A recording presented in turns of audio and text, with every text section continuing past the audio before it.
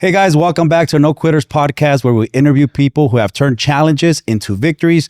Their stories will inspire you to push through, never quit, and come out stronger. I'm your host, Dan Rey. And Venny Saucedo. So today we have a special guest, as we always have special guests. But today we have someone who is a connector. This guy's a conduit to create a bunch of different businesses. And I mean, he's a visionary.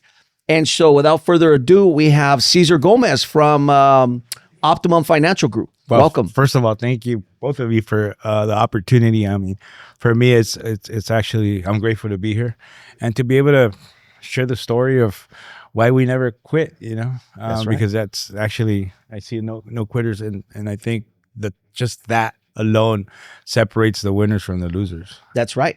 So tell us a little bit about yourself. Where'd you grow up? How was your upbringing? Sure.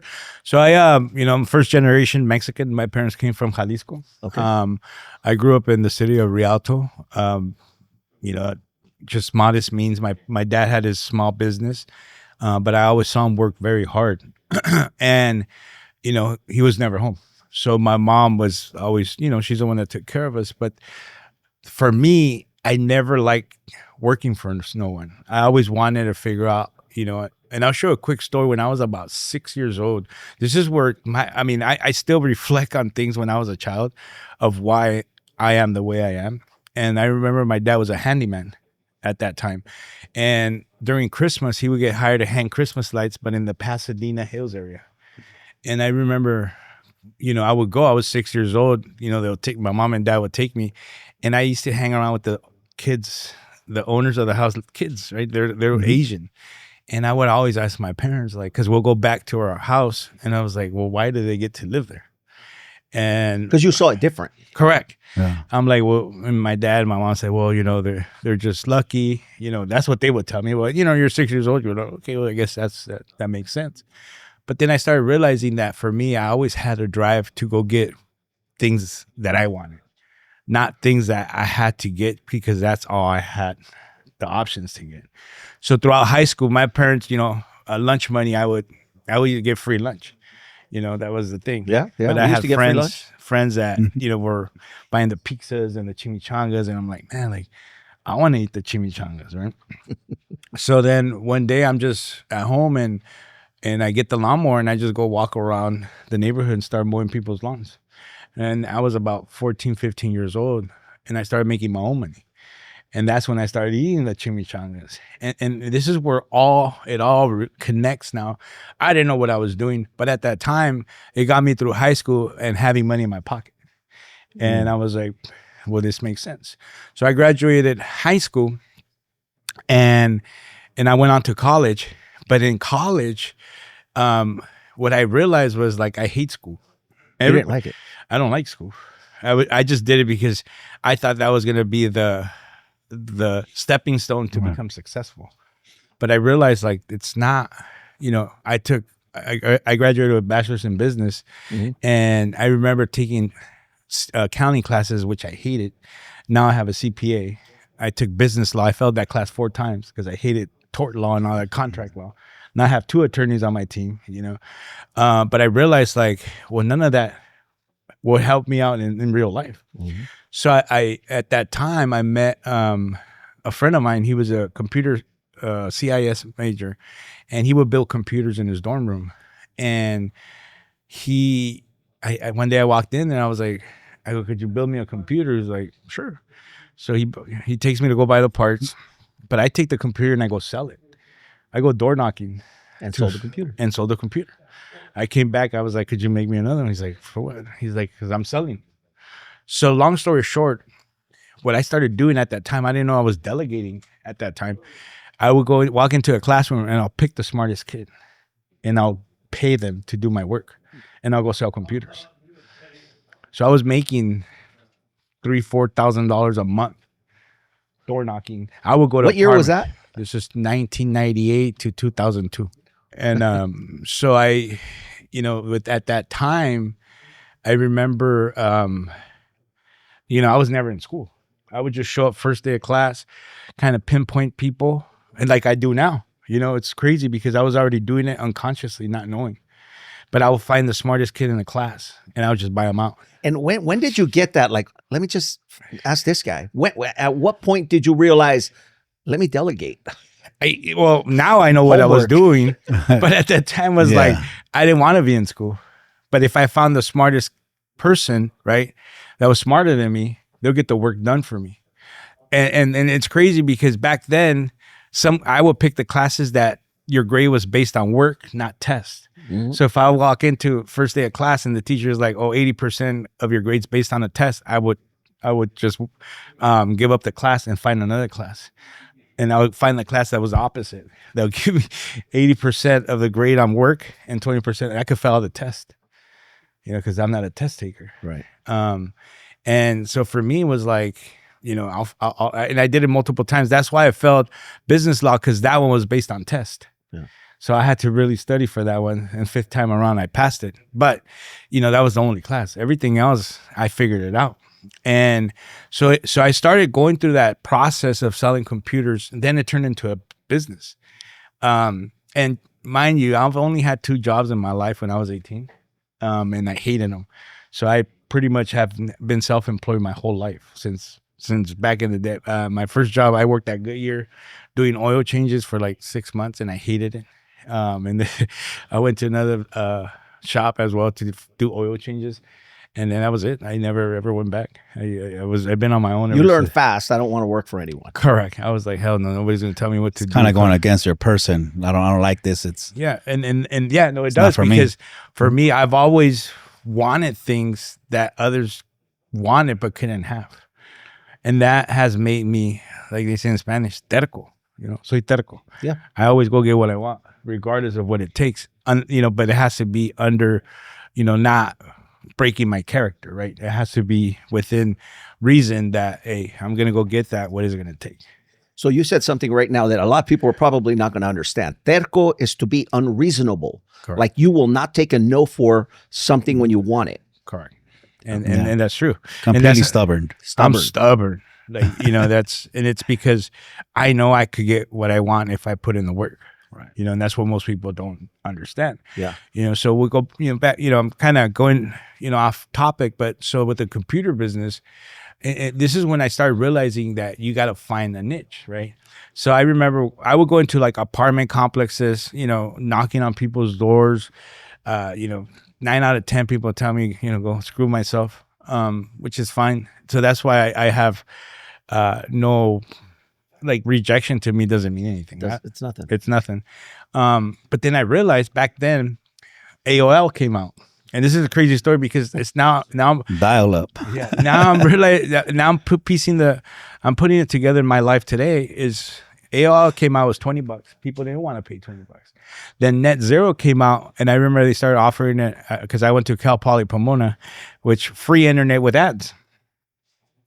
So I was like, So I started installing Net Zero on these computers and selling them with free internet. So now people are like, oh, I don't have to pay AOL. So that gave me a niche. So now I started selling more computers because I had the CD-ROM already with AOL, with Net Zero. Yeah, it was slower and then you had all these ads but people didn't care because now they could surf the internet for free. Mm-hmm. Then after that, I found a finance company, and I'm 19, 20 years old. Like I find a finance company, and they start financing the computers. So now I could walk into your house, and it turned into this big business for me. So now I graduated college and I have a computer business. And your buddy's still building them? Yeah. He's the one building them. How many was he building a day, or how long We're would probably it take? selling about 4 a week. Not too many. I mean, that was 4 a week. Yeah, but for me, simple, basic. Yeah, back then, very big old towers with I would buy the big old towers monitors. I think my cost was like $1,000 worth parts, and I was selling for like $2,500. So I was making like $1,500 for a computer, and I was paying him like $200, So I was already using his efforts. I was already an entrepreneur, not knowing it. Yeah. So he was making a little bit of money. He was happy. I was making the bigger cut, and I was like, just going. And it was just going. So that's how I finished college. And, from there, I started realizing, okay, what do I want to do? I didn't want to do the computer stuff. I just did it because he graduated. So I didn't have that contact. We all graduated. We all went our own ways. So I got into the mortgage industry. Okay. And I opened up my own mortgage company with some partners that were lazy. And, like even back then, the connector I was always bringing the business. They were just sitting back and collecting. And that's when I lost everything in '07. And that's, pretty much where everything. Where was that company at? We were in Rancho Cucamonga. Got you. Yeah. I remember what had happened is, everybody knows, we were expecting to get paid by the lenders, by direct lenders, and they just shut their operations and nobody got paid. So we had commissions to pay, we had overhead to pay, and there was no money. And I remember I sat there and I was like, holy shit, like, what now? That was the first time in my life I ever felt miserably like that. I was always on the go, making it happen, move.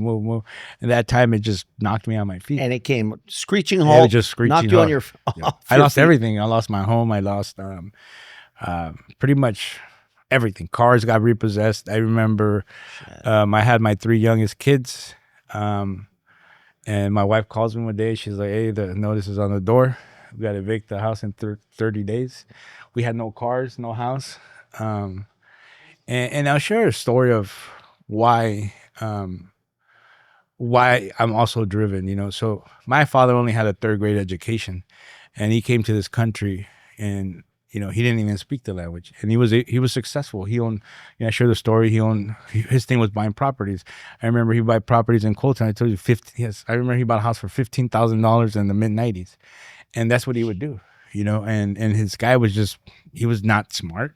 He just knew what to do. Mm-hmm. So my dad was not that person. He was that firm, macho person, right?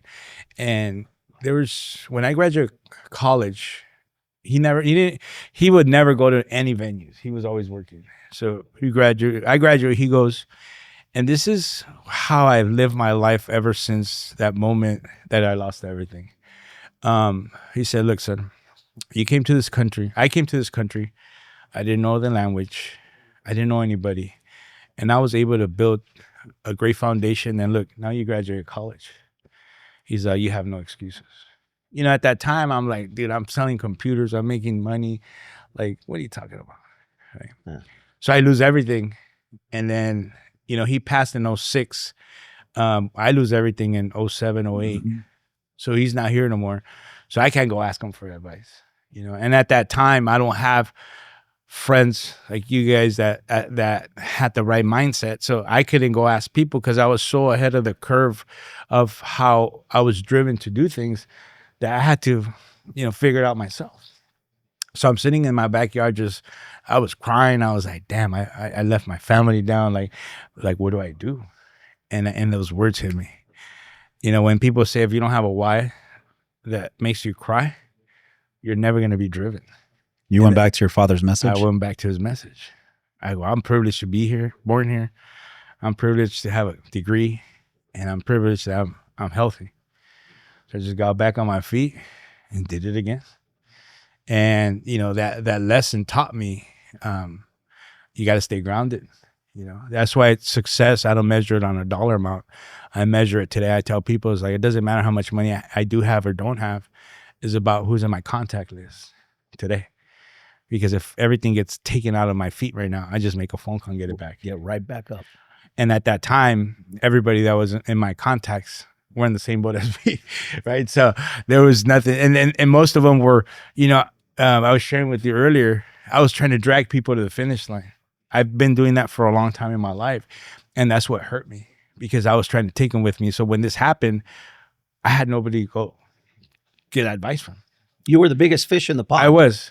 And I didn't realize it back then, that I was, because I was just laser focused on what I wanted to do and what I wanted to get accomplished. So I was not paying attention to myself.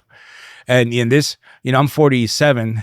Actually, when I hit 40 is when I really started making that realization, like, well, I got to worry about me, right? And when I started focusing on me and not everybody else, it's when my whole life changed. Because after that downfall, for me, I grew up and my dad had an automotive shop. So I went back to the automotive industry. And I opened up smock check stations, which I still own. I still have a handful of them, and I went back to that. I had $10,000 left, and I told my wife, we either pay the mortgage, that's why we lost our home, because you start a business, people are not running into the first day you open. I was like, dude, I pay the mortgage or invest in the business, and I invested in the business, and I went back to it. I created a system. I systemized it, and I just started duplicating. Back by 2010, I was back on my feet. I started just acquiring shops. I would go into businesses and be like, that one's failing. I already have the system, and I'll buy it. Boom, take it, build it, and then boom. That's what I was doing. So I did that till like 2012, 13. And then, then I built a team, which still till today, most of the guys that have been with me for 15, 18 years are still there. Wow. Yeah. They're still on my team. Right. When 2007 hits and you're losing everything, you're losing cars, your house and everything. Obviously other people that you thought were on your team are also falling off, which is hard realization, huh? It is very hard. But, the thing is, everybody that was around me stood there. They're still there today. And I'm the only one that came out on top. So everybody that was with you, they stayed behind. They're way behind. Got it. They couldn't get out of it. They couldn't. And it's not sucks. It's just a realization, like, they were the wrong people to be around in the first place, right? And they're good people to society, their families, but they're not an entrepreneur. Because I think entrepreneurship, you got to have really, really, when people ask me, it's like, what does it take? Like, well, it takes very, very strong mindset. You got to have I have a lot of balls in this game. Yes, you got to have balls. You got to pay the price every day. There's no days off. It's 24/7, 365, because the responsibility that we have, like for myself, I employ a lot of people and I support a lot of families. Yeah. So if I make one mistake, it could definitely hurt a lot of people. And for me, I'm not about hurting anyone. So I eat last. That's why I always tell I tell people, it's like, you think I eat first? I'm the last one to eat, because I got to make sure everybody gets taken care of first. Yeah. When you look at life and you live life that way, you cannot fail. Correct. Because you're looking out for the best interest of helping others. Correct. And very few people understand that that's the gold right there. When you can learn to operate that way, it's game over. Yes. And it's been something that I've always had, but going back to my story, I didn't have the understanding of it, right? Until you go through that lesson and you're able to pick it out from the lesson and be like, oh, damn, that's what that was, right? Got it. But it's also self-reflection. I do a ton of self-reflection. I literally take every day I try to take 20 to 30 minutes of my day. And this is before I even go to, when I close the books and I'm done, I reflect on my day and I write it down. I journal it and I pick things that, okay, well, what did you do here? What did you say here? And I'm always fixing myself. I'm always trying to better myself in that aspect. And I've been doing that for many, many years. So that's how I was able to get back on my feet, getting back to the story. And then from there on is history. I just started, I bought a restaurant. I'll share the story. So we go to, my wife has family up in Oakland Hills. So we go to go visit them. And my wife likes crepes, so she found this crepe restaurant. So we walk in there. This is 2014, 2015. We walk in there, and the gentleman takes a liking into me, starts talking to me, and he's like, hey, would you want to buy my business? And I was like, no. Like, out of nowhere, right?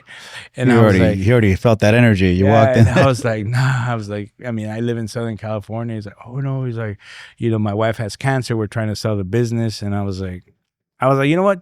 Send me some information. I was just curious. And my wife was like, you're gonna buy it? I was like, no. I just want to see what it's about.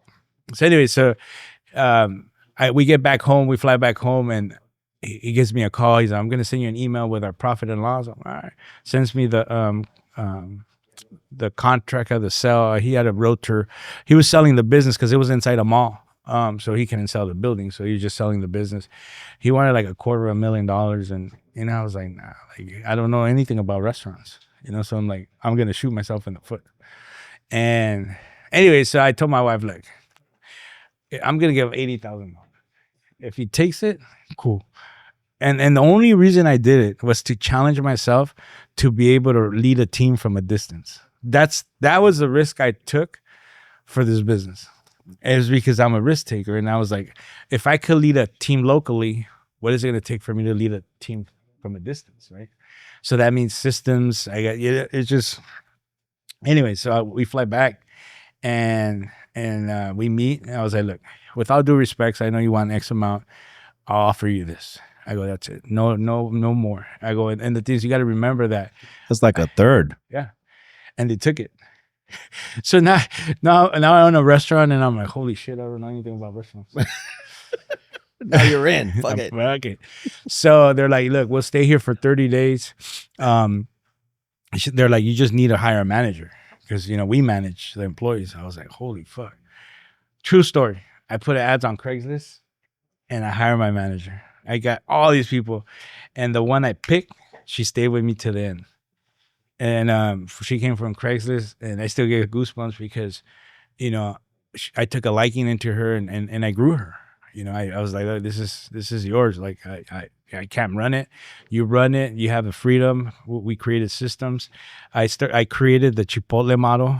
Because they had all these crepes with all these. So I'm like, we're gonna go, savory or sweet. 2 items, 3 items, and that way we could train anybody to come do crepes. Yeah, clean up the whole system. We took it. We changed it around, and then she ran it for me for about 3 years. Then I sold it. Got out of the business. There's very, very few. The profit margin in those businesses was very, very small. So I was like, and then at that time, San Francisco, Oakland raised their minimum wage, I think, to $18. So my manager was making 20, and now I had to raise her to 25, and any regular employee 18. So literally we went from like $10 or $12 minimum wage to 18. So now your profit is just. So I went in there. I was like, we got to make some moves, and I turned around and sold the business. I offered it to her. I was like, look, this is something good for you because you don't have to pay anybody. You could run it, and keep the employees or cut employees, whatever you want. Yeah. But she's not an entrepreneur. She's like, I want to work for. She's like, come and open something else, and I'll work for you.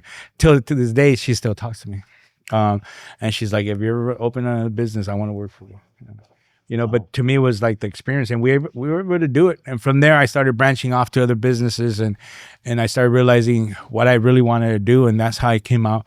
Optimum Financial Group. I started about not Optimum, it was called something else, about 5 years ago. I had a business partner that came out with the idea. We had another company that we're involved with, and he came up to me. He's like, dude, I have this idea for credit repair, blah, blah, blah, blah, blah. And I was like, cool. I go, present it to me. So he did. It made sense. And I was like, look, I hate creating paper systems. Everything for me is digital. As you see now, we're launching something great that we're going to be announcing soon. And you see how fast I move because I have the team. Days, immediately, like. Yeah, I move fast. That to me is, speed is where it's at. It's like, and I build my team that the ones that keep up with me stay, and the ones that don't, they got to stay behind. So, and with that being said, he was just he actually was, and I'll talk about it, because he's running from the law. He's a con artist, so he started doing, stuff that he wasn't supposed to, got arrested. And he's from the US, but he met a girl from, I don't know, South America. And I hope he sees this because he's in big trouble if he ever comes back to the States. So anyway, so long story short, we built it. He didn't have integrity, character. I shut it down. I realized the do's and the don'ts. And then I rebranded it and systemize everything that Optimum Financial Group is.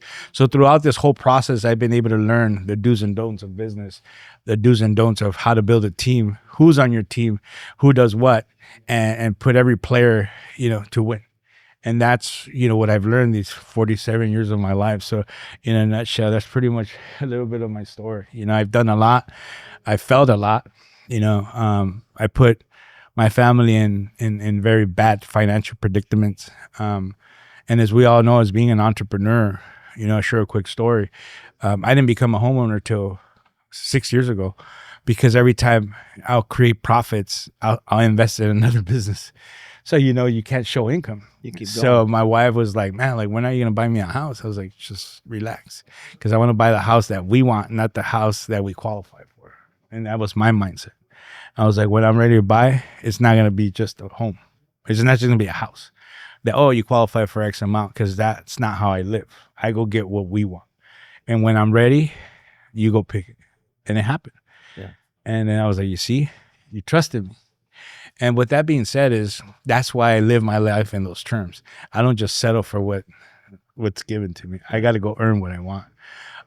So, and through that whole process, it's been, I always tell people my portfolio of experiences is pretty damn big. I've lost millions of dollars. I've gotten screwed, millions of dollars by people, and, lawsuits because of people. I actually, that con artist, I got a lawsuit a couple of weeks ago because he took out a credit card 3 years ago from the company, and I didn't even know. And he recently, I don't know how the hell he still had it. He used it, and then he maxed it out because he's out of the country. He's not here. And I get a letter from a law firm, which I send it to my attorney, and I send him every email I have from him, the people he scammed. So, it's just one of those things that still to today, I'm still fighting some battles of bad choices, of being around bad people. But that's part of the journey. I can't change it. And, people are like, damn, you don't get stressed out. I'm like, I do. But I mean, if I put energy, time into trying to fight someone, my attorney says something that stuck with me. He's like, don't throw bad money at bad money. I was like, he's like, I'll fight for you, but you're going to go after to fight this person that has nothing, right? You got to pay me to go after him. He's at the end of the day, you're going to get a judgment. You're not going to get nothing. Makes so when sense. he told me that, it changed my mindset. I was like, let him go. Karma will get him. I just focus on getting back on my feet and keep going. So that's a little bit of Gotcha. question. I do have a question. Sure. How long you been married? 23 years. And she stuck with you through 2007. The rest of the Everything. business, ups and downs, At all. Everything. losing it all, Yes. getting betrayed, Everything. all that stuff. How important is she in your life? Very important. It's funny because now, like, she doesn't question my business decisions, but when that first happened, she was like, damn, are you sure? Because the fear of, not having money. I'll share a story. We fed our kids on welfare. I remember one time I was driving back home, and she's like, we need milk for the kids. I didn't have $2 to get buy milk. I'm fucking going through the ashtray and the cup holders, picking quarters, and I didn't have money to buy milk. So And how me, was that feeling? it's there, horrible. man? It's was either that fire? it either lights a fire up your ass, or you just settle, right? For me, it lit me up, and I was like, hell no, this is not the life I'm supposed to live. And my kids don't remember, but me and my wife do. I remember going to the grocery store and pulling out our week coupons. And it's like we had to do what we had to do. And growing up, I never lived in an apartment. My dad always had a home for us. And I literally took my wife and my kids to a 1-bedroom apartment when we lost our home. And, to me, that was a significant point in my life where I'm like, no, this is not where I'm staying. I had to get out of this. So going back to, your answer is, she's been there with me thick and thin. Like I said, she wanted a home after we lost our home. And it took 10 years after that to get our home back. Wow. So we rented for 10 years after that. And, at the end of the day, now we have our dream home. It's not just a home we qualify. It was a home that we had no limit of what we wanted. And now we have it. And, every day we're grateful to wake up and see, like, man, like, one of my neighbors is a very famous athlete. He plays for the Dodgers. He lives on my same street. So we live in a pretty good, decent neighborhood. It's not it's Yeah. the best, most prestigious neighborhood in the Inland Empire. Yeah. So you made it again to the top because you chose to live where you wanted to live. Wow. Yeah. So, and she's still there, and, now she gets to, see everything that we're building and sees the results, and she's like, damn, like, Now it's different. Now it's like, okay, yeah, she don't even question it anymore. But there was a time, even a couple years ago, I got into some business ventures with some, people that were the wrong people. They screwed us over bad. Like, I mean, I'm talking. And she was like, dude, like, you need to stop this shit. Like, it's just, Stop being so nice. yeah. So now it's like I bring my legal team and before we fucking sign it, we gotta make sure this is the right thing. Like yesterday, that Zoom I was telling you about, I have my attorney on that Zoom, and it has to be that way. Absolutely. And now it's like, I'm sure that every decision I make moving forward, there'll be a little kink here and there, but there's nothing that I can't handle. Right. What do you think in the relationship that you both have, you and your wife have, right? What do you think is an ingredient or key ingredients to just keep strong, keep yourself together through thick and thin? Basically? I think, this is a great question because this took me a long time to understand is that I'm me and she's her. She lets me be me and I let her be her. I don't try to change her. I don't try to give her, I'm big in personal development because I'm a leader. Right. I have to always be refining myself and she's not. So for me, I wanted her to be a leader, but that's not her. That's not her. So when I realized like, okay, when I say something and you respond to me a certain way, that's her. Yeah. She's not responding to me. She's responding to her. So I started processing things different. And that's what just gives us like the best relationship ever because she knows who I am. She knows what I'm capable of, and I know who she is, and I let her be, and she lets me be. And I think that's the best dynamics ever. 100%, dude. This is a huge thing that people can't miss. What you just said right there is totally accepting her for who she is. Correct. And she accepting you for who you are. Mm-hmm. And it's easy to say, but it's not that easy to do. Correct. And so that must have, when you've been married 23 years. When you first got married, challenges you don't know any of that. No. You didn't know that, right? No, I be honest. I just understood that about 2 years ago. Okay. And it took me 21 years because I wanted her to be like me. But that's not the reason. And then when I realized like, well, fuck, like she can't be like me. That's why I married her because she's her. Yeah. Right. And then once you do that, the dynamics change because it's like, I don't question where she goes. She don't question where I go. Right. Because she knows I'm doing what I have to do. Like I'm not going to a bar and get drunk and then come pick me up. She like, hey, I'm going to go out there and do what I got to do. I'll be back. All right, cool. Hey, I'll be out with my friends. I get coffee with the mom. Hey, cool. Like go do you, I do me. Right. I don't question it. Why? Because it's at the end of the day, we regroup and then that's how our day went, and I think that's the most beautiful thing to do. It's not having control over anybody. I think the biggest thing is having control over yourself and know yourself. I think for me, what I do is I put affirmations that I carry on my phone of things that I want to remind myself, like this, right? I always tell myself, let her be. Why? Because if she reacts to something I say, that's her reaction, not mine. I just said it. Yeah, see, that's very important that you say that because one thing is letting you letting her be her and she letting you be you. But when you understand that when she speaks, she's coming from a place of her. Correct. And when you speak, you're coming from a place of you. Correct. Right? And you let that sink in, right? That's when real communication kicks in. Correct. And it's very hard to do though, because at the end of the day, there's things that I don't like that she does, but I got to accept them. There's things I do that she don't like, but she has to accept them. As long as we know what bothers each other, right? And there's nothing I could do about it. It's like, I'll give you an example. There's a certain food I love. She hates it. Right. So sushi. No, we're going to guess it right now. No, seafood boil. Right. Okay. And she's like, it's because your breath stinks like garlic after you eat it. And I'm like, well, but I love it. Right. So the other day I was like, I'm going to cook a seafood boil. And she's like, why? So in that reaction, I was like, do I get mad or that's how she feels about it. Right. But I'm still going to eat it. Yeah. Yeah.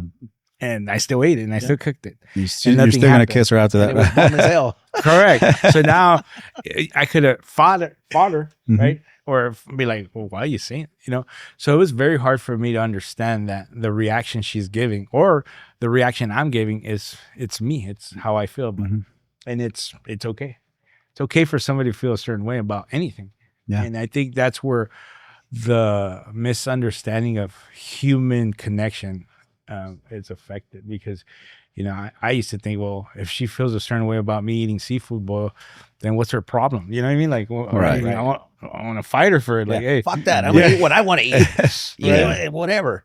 Plus communication. I mean, really, you really know communication at that point, right? Because everything's subjective, right? I can say, hey, you know what? Here's this tall person, and someone that's tall for me might be short for you, right? It's perspective. It's perspective, really, and everything is like that, right? So yeah, that's amazing. It's very That's hard. probably the number one reason why relationships fail is someone trying to change someone else, Right. and not accepting them for who they are, which is true love. Correct.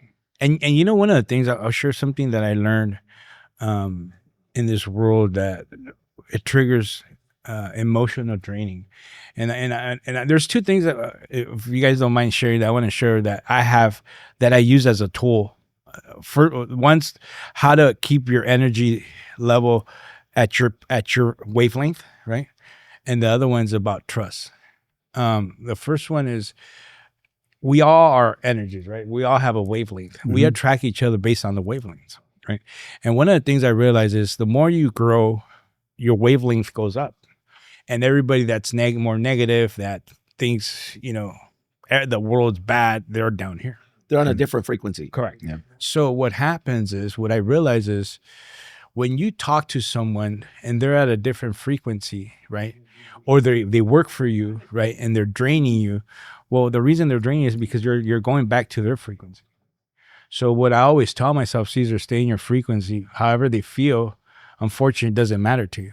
Yeah. That's how they feel. Yeah. But I used to catch myself, you know, doing the cycle throughout the day. And by the end of the day, I was fucking depleted, right? So now, you know, going back to what I was saying earlier, I carry my affirmations. That's one big one I carry, is like when I'm having a conversation with, you know, with somebody that's upset or somebody that's feeling a certain way, you know, an employee or business partners. Why, you know, I don't have, it's that new project we have, but that's pretty much it. So, but when it comes to employees or loved ones, right, when they start venting or sharing, now I tell myself, hey, Cesar, stay in your wavelength. Don't drop to theirs, because that I used to do that. And it used to hurt my decision making. It used to, affect my decision making, affect how I felt after the meeting. Now I walk out feeling the same. And that's something that I had to teach myself, you know, because I would just do this fucking cycle. So you would have sympathy instead of empathy. Correct. Sympathy. And also I would take response. Say, for instance, you're an employee of mine, you're complaining about another employee, but I know that you're a certain way and your words could be misinterpreted, right? You could come off as an asshole, right? But you think you're not. So now I'm trying to give you the reason, because you're doing the right thing, but the other person feels offended because of the way you approach them, right? So I will come in there and be like, okay, well, let me try to fix the situation, neutralize this. Yeah, and it doesn't work that way. So I had to tell myself, hey, you go in there, you stick to your grounds, you know what you're doing. Unfortunately, the reason they're on your team is because they still haven't figured it out. So I'm walking in there because I'm the one that knows what's going on and I know how to fix this, or if it has a fix, or do I have to listen? You know, one of the things I learned to add to this is when people talk to me, I'm like, do you want me to listen or do you want me to give you advice? And most of the time they just want me to listen. So I'm all right. So I'm not going to fix nothing. Okay. You know, and then my selective listening kicks in. It's like, okay, well, I'll listen and it comes out this way, and then God bless you. And hopefully you feel better after you talk to me, you know? Because I was that one also trying to give somebody advice, and most of the time people don't want advice. Right? Yeah, they just want you to listen to them, and that also builds so much trust, because now they could reach out and say, "Hey, I feel this way, I feel this other way." You know, boom, boom, boom, and. So I was going to say, so your father was a big influence in your life. Yes, taught you a lot. Did you have other mentors after that? You know, that's a great question.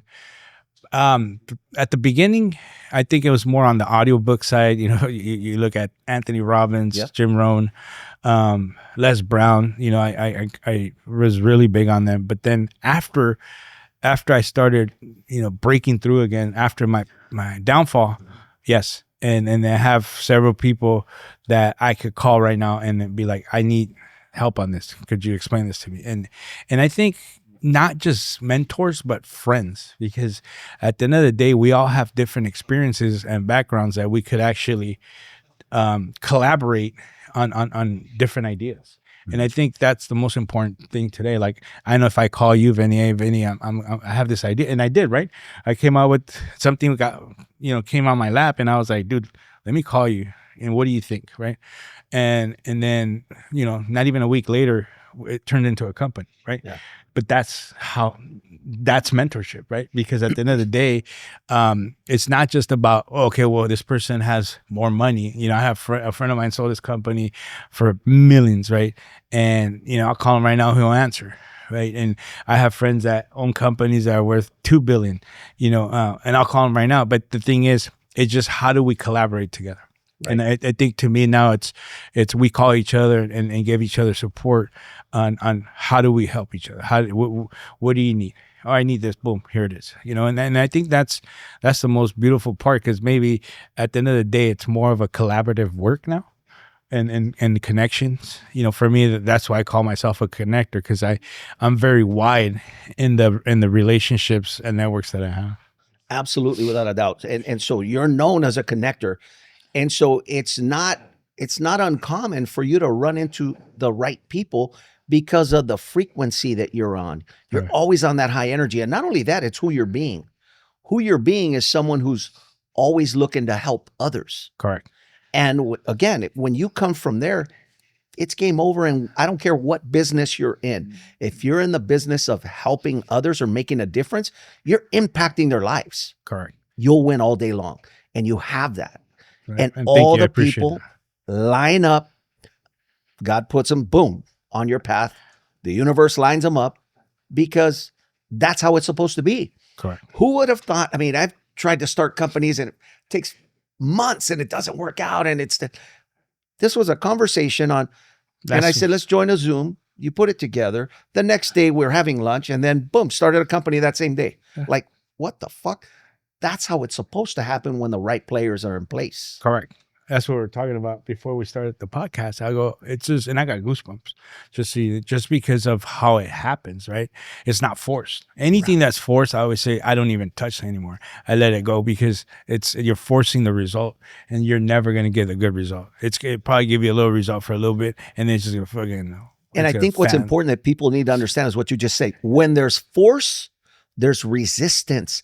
There's a reason for it. Correct. When you're in the flow, there is no resistance. Zero. And it's the floodgates open and you're rolling with it. Yes. It's just happening. And you can't explain it, because you don't have to explain it, but you understand it. And you understand that. Yeah. And going back to, the company that we put together, and it's not even a week. No. It's going to be a week Thursday. Yeah. It's only been like 4 days. 4 days, 5 days. And we already have digital registration. We have the website. We have everything. We have LLC. Everything. We're moving like that. Yeah. And we didn't stop. We didn't stop doing what we're doing to put it together. Did you notice that? Not at all. And we were texting at 10 o'clock at night. Yeah. Hey, I like the blue. I like this. Hey, let's go with that. Blah, blah. Yeah. Done. Yeah. And the thing is, it's also the speed that we're on and the frequency we're on. And for me, the most grateful thing I could do is, connect you guys with my networks that are going to help you do better things, or bring you along where I go, so you could connect with people I connect. That to me is the most fulfilling thing. It just fulfills me in any ways, I can't explain. I want to share something about that, because the energy that you're in, you invited me to lunch. We're having lunch in Newport Beach. We're at the dock at the house. Correct. And we're shooting, we're collabing, we're shooting video and just having conversation. And there was a meeting next to us. You remember that? Yeah. It was 3 people. 2, they shook hands, they left, and the other guy was like curious as to what's going on here. So he comes over, starts talking to our camera guy, and it's his camera guy, and he says, hey, who are these guys? What are you guys doing? Long story short, we stopped talking, and we're like, hey, how you doing? What's your name?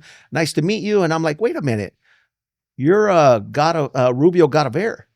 The guy had just finished selling like a G5 private jet to these guys. That's what he sells, private jets. But something brought him over, curiosity, but it all has to do with the energy. Correct. And the guy was like, bro, I want to hook up with you guys. Let's have lunch. And he took pictures with us. And just a normal dude Yeah. And that's the kind of people that are like that. So at that level, everyone wants to help each other. Correct. 100%. And that's why I like to invite my inner circle there. Yeah. Because I could talk about it, but once you experience it, that's the difference. That's when you're like, oh shit, like this is badass, you know? And I noticed something about you, that you don't see anyone as competition. No. You see everyone as, let's all create opportunity for each other. Yes. That's a gift. That's a strong suit that you have. Very few people have that, because we've all been burnt in the past before or something.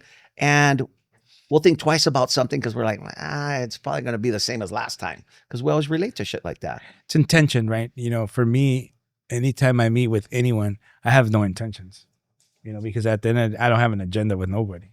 Because at the end of the day, it's like, I want to listen. And this is why and this is for everybody out there that is trying to be an entrepreneur, or trying, you know, I get a question that people are like, oh, so how do I get in? How could I sit at the table with you? Well, first of all, I got to trust you, right? And how do you build trust is by figuring out what I like or what I need, right? So the same thing I do when I meet someone, you know. For example, when I met you and you're going to Cabo, I was like, oh, you know what? Let me call my boy, see if we could give you a better experience. And to me, that was, I didn't expect nothing. I was just, if you have a great time, you'll be like, damn, like this was badass, right? And it was. And that's how it's supposed to be. And I'm using it as an example for people want to connect with you guys, with me, right? They want to come in and just like try to bullshit. Or try to, come up with shit just to get around this. And that's not how you do it. Pay attention to a person. Once you pay attention and you're like, okay, you need this? Absolutely. Or you know what? Let me make a phone call and see if I can connect you. Yeah. Now, this is where I'm going. I was talking earlier about how I have a system called the Richter scale. And it's not for earthquake, it's for trust. And I created this because I realized, like, I used to be the person that'll give everybody I'll trust them right from the get-go, right? But then as soon as they defrauded me or did something against my core values or standards, then they start dropping, right? I'm like, oh, fuck, this guy's going to fuck me over, right? So now what I've done, I flipped it. So now if I meet someone, they start at a 0. So if you say, hey, we're going to do this and this, perfect. And they don't do it, they stay at a 0. I don't trust you. You got to earn your trust with me. Yeah. So you got to go back. You build your trust based on your character and what you say. So, hey, Cesar, we're going to meet here at 1. We show up at 1 and they're there. Boom. Now they're the Richter scale 1, right? So, hey, Cesar, I'm going to send you this document at 2:00 and it's 4:00. You haven't sent it. Now you're back at a 0. So now I don't trust you. And that's how it works. Because at the end of the day, it's our words what matters, right?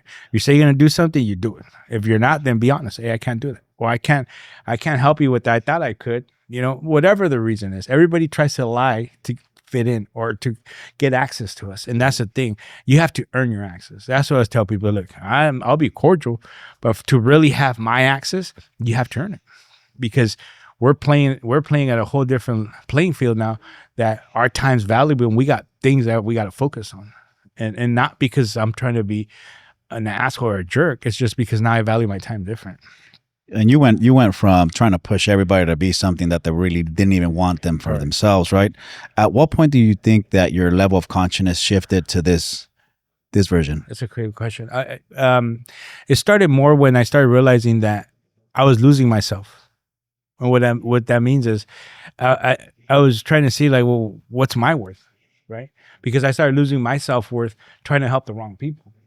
And then when I got that back, my confidence came back. Got you. My awareness came back and my energy came back. And I'm fucking, you can't stop me. Yeah. That was that moment, because I felt like a loser because they were losing. I felt like a loser. And I was like, I'm not a fucking loser. I'm not. I know what I've done. I know who's on my contact list. They're not losers. And I feel like a loser because I'm trying to help XYZ. Yeah. I'm trying to help a con artist, Right. That was a problem. And then I lost myself in that. I really did. That's a great question, because there was a moment in time that I would tell my wife, like, fuck, am I a piece of shit? Seriously. Mm-hmm. And she's like, you're not. I was like, why the fuck do I feel like a piece of shit? So that was a moment I sat back and I was like, you know what? I'm taking 2 days off. I'm going to be in my office and I'm just going to replay everything. And sure enough, it was just the wrong people. And I got myself back. I'm like, all right, who am I going to give my time to? And that's for that moment. I never looked back, and I'm never going to change it. And you got to earn it. And I think at the end of the day, everybody's watching should pay attention to that. Don't go in with an agenda. Don't go in there trying to fit in. Go in there and seek what. If you want to meet somebody or connect with somebody that's at a higher level than you, you need to figure out what they want, what they're looking for, and help them. That's it. And then can you remind our audience what your attorney told you? Yeah. Don't throw bad money at bad money. That's badass right there, man. That stuck with me. And all those lessons cost, right? He's like charging me. He don't care. He could charge me regardless. He does whatever I tell him. And I was like, damn, he's right. And to me, it's like all those lessons mean so much, but you can't go through those lessons without failing, because all those come from failures. I don't hire an attorney just for the fun of it. Yeah, because you did bad choice. It's bad choices we made, or you had, again, you're trying to help the wrong person and they made a bad choice, and now you're liable for their choices. That's a problem, and that's where I lost myself. Right, got you. Wow. So what's next for you? What's next? That's a great question. I think what's next for me is now settled down in the sense of working. We got the new project, Optimum Financial Group. It's growing. We have a sales team. I want to say the next.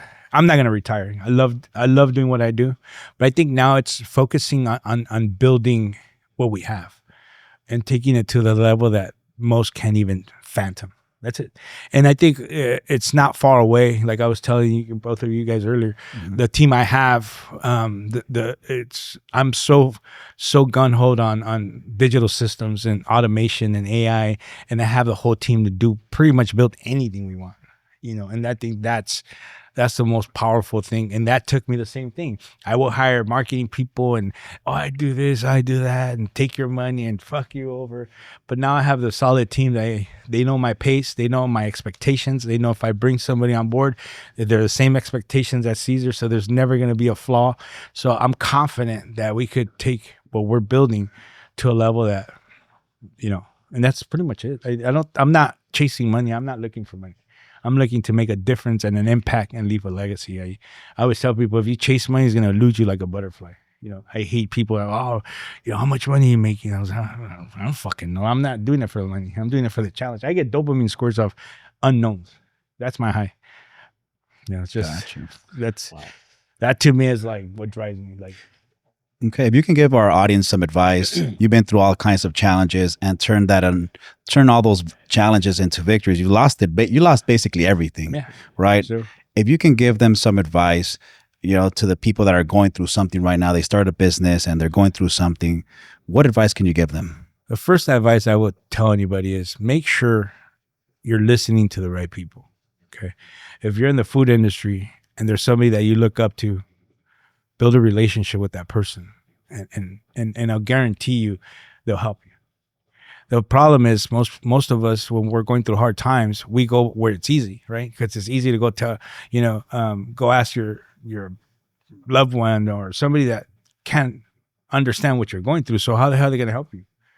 And I think that's the biggest thing is, if whatever industry you're in, you need to find somebody that's crushing it, and don't reach out to them and be like, hey, could we get on a call?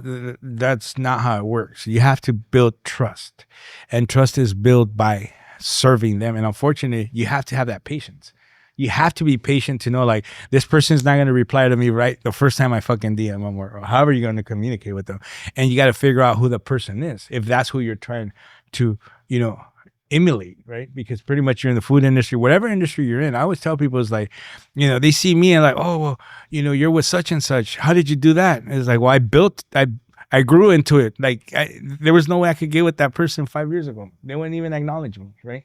Now it's like, cool, but it's just you grow into it. So that's the same thing I tell people. Anybody that's struggling right now in any aspect in the business world, you really need to find that person that is doing what you're trying to do, and figure out how to get in contact, how to add value to them, and be patient. Because at the end of the day, if you're not patient, then you're not meant to be an entrepreneur.